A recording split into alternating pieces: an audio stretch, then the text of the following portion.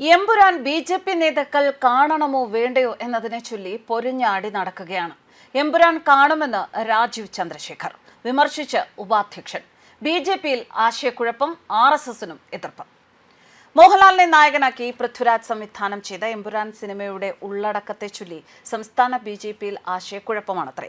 ഉള്ളടക്കം പുറത്തുവരും മുമ്പ് തന്നെ ചിത്രം കാണും എന്ന് ബി.ജെ.പി. സംസ്ഥാന അധ്യക്ഷൻ രാജീവ് ചന്ദ്രശേഖർ പറഞ്ഞിരുന്നു. അതേസമയം ആർ.എസ്.എസ്. നേതാക്കളും സംഘപരിവാർ പ്രൊഫൈലുകളും ചിത്രത്തിനെതിരെ ഇപ്പോൾ പ്രചാരണം ശക്തമാക്കിയിട്ടുണ്ട്. ടിക്കറ്റ് ക്യാൻസലേഷൻ ക്യാമ്പയിൻ നടക്കുകയാണ്. ചിത്രം ശുദ്ധാസംബന്ധവും ഭീകര സംഘടനകളെ വെള്ളപൂശാനുള്ളത് ആണ് എന്നാണ് ബി.ജെ.പി. സംസ്ഥാന വൈസ് പ്രസിഡന്റ് പി രഘുനാഥ് പറയുന്നത്. പ്രമേയത്തിലും കഥാപാത്രങ്ങളിലും ബി.ജെ.പി. വിമർശനമുണ്ട് എന്ന അവലോകനങ്ങൾ സാമൂഹിക മാധ്യമങ്ങളിൽ വന്നു. ഇതോടെയാണ് സംഘപരിവാർ പ്രൊഫൈലുകൾ ചിത്രത്തിനെതിരെ തിരിഞ്ഞത്. വ്യാപക ആക്രമണം തുടങ്ങുന്നതിന് മുൻപാണ് സംസ്ഥാന അധ്യക്ഷൻ ചിത്രത്തെ പിന്തുണച്ച് തന്റെ ഫേസ്ബുക്കിൽ പോസ്റ്റ് ഇട്ടത്.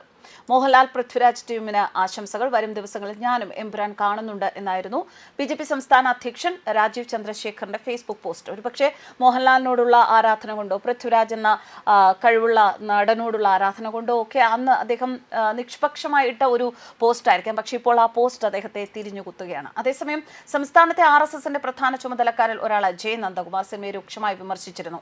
വാര്യം കുന്നനായി എമ്പുരാൻ അലങ്കാരം ഉപമയോ ഉൾപ്രേക്ഷയോ എന്നായിരുന്നു നന്ദകുമാറിന്റെ പോസ്റ്റ്. ഇതിനിടെയാണ് രാജീവ് ചന്ദ്രശേഖറിനോട് വിരുദ്ധ നിലപാടുമായി പി രഘുനാഥ് രംഗത്തെത്തിയത്. PFI പോലുള്ള സംഘടനകളെയും ISI പോലുള്ള ബാഹ്യശക്തികളെയും വെള്ളപൂശാനുള്ള ചിലരുടെ ശ്രമമാണോ എന്ന് പരിശോധിക്കപ്പെടണം. രാജ്യദ്രോഹ ശക്തികളുടെ ഫണ്ട് ഇത്തരം നിർമ്മാതാക്കൾക്ക് ലഭിക്കുന്നുണ്ട് എന്ന് വേണം വിശ്വസിക്കാൻ. അഭിനേതാക്കളും പ്രമേയത്തിന്റെ യഥാർത്ഥ ഉദ്ദേശങ്ങൾ മനസ്സിലാവാൻ തയ്യാറാവേണ്ടതുണ്ട് എന്നായിരുന്നു രഘുനാഥിന്റെ പോസ്റ്റ്. വി മുരളീധര പക്ഷത്തിൽ പ്രധാനിയാണ് പി രഘുനാഥ്. പി രഘുനാഥിനെ തള്ളി രാജീവ് ചന്ദ്രശേഖരനെ പിന്തുണച്ചായിരുന്നു കഴിഞ്ഞ ദിവസം സംസ്ഥാന ജനറൽ സെക്രട്ടറി MT രമേശിന്റെ പ്രതികരണം. സിനിമയെ ആശ്രയിച്ചാണോ സംഘപരിവാർ സംഘടനകളുടെ പ്രവർത്തനം എന്നായിരുന്നു MT രമേശിന്റെ ചോദ്യം. സിനിമയെ സിനിമയായി കണ്ടാൽ മതി, അത് മനസ്സിലാക്കാനുള്ള സാമാന്യ ബുദ്ധി എല്ലാവർക്കുമുണ്ട്, ഇഷ്ടമുള്ളവർക്ക് കാണാം, കാണാതിരിക്കാം എന്നും അദ്ദേഹം പറഞ്ഞിരുന്നു. എന്തായാലും മോഹൻലാൽ പൃഥ്വിരാജ് സുകുമാരൻ്റെയും മുരളി ഗോപിയുടെയും ഒക്കെ കെണിയിൽ പെട്ടതാണ് എന്ന ഒരു പ്രസ്താവനയും വന്നിട്ടുണ്ട്. ഡോക്ടർ ഭാർഗവറാം അദ്ദേഹത്തിൻ്റെ ഒരു കുറിപ്പിലാണ് ഇത് പറയുന്നത്. ഞങ്ങളുടെ ലാലേട്ടൻ ഇങ്ങനെയല്ല, അങ്ങനെ ചെയ്യില്ല എന്ന്. ബാല ചോദിച്ച പോലെ കെണിയിൽപ്പെടാൻ ലാലേട്ടൻ എന്ന പൊട്ടന ഫുൾ സ്ക്രിപ്റ്റ് വായിക്കാൻ പൃഥ്വിരാജ് ലാലേട്ടന് കൊടുത്തിരുന്നു എന്ന് പൃഥ്വിരാജ് വ്യക്തമാക്കണം എന്ന് മറ്റു ചിലർ ആവശ്യപ്പെടുന്നുണ്ട്.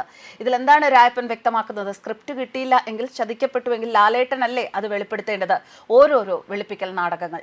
അയോധ്യ പ്രതിഷ്ഠാ ദിന ചടങ്ങുകളിലെ ക്ഷണം നിരസിച്ചത് ഇതുമായി ചേർത്ത് വായിക്കുന്നതിൽ തെറ്റൊന്നുമില്ല എന്നാണ് ഡോക്ടർ ഭാർഗവറാമിൻ്റെ ഒരു അഭിപ്രായത്തിൽ അദ്ദേഹം പറഞ്ഞിരിക്കുന്നത്. എന്തായാലും BJP പാളയങ്ങളിലും RSS നേതാക്കൾക്കിടയിലുമൊക്കെ ഇപ്പോൾ വളരെ വലിയ ഒരു പ്രതിഷേധത്തിന് കാരണമായിരിക്കുകയാണ് എമ്പുരാൻ എന്ന ഈ ചിത്രം.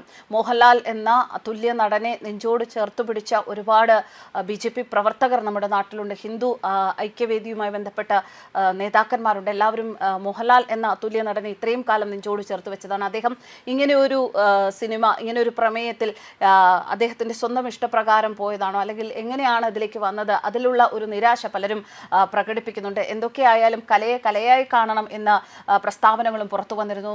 അങ്ങനെ ആകെ എമ്പുരാൻ ഇപ്പോൾ വിവാദ പെരുമഴകളുടെ വെളിച്ചത്തിലാണ്. News desk കർമാനസ്.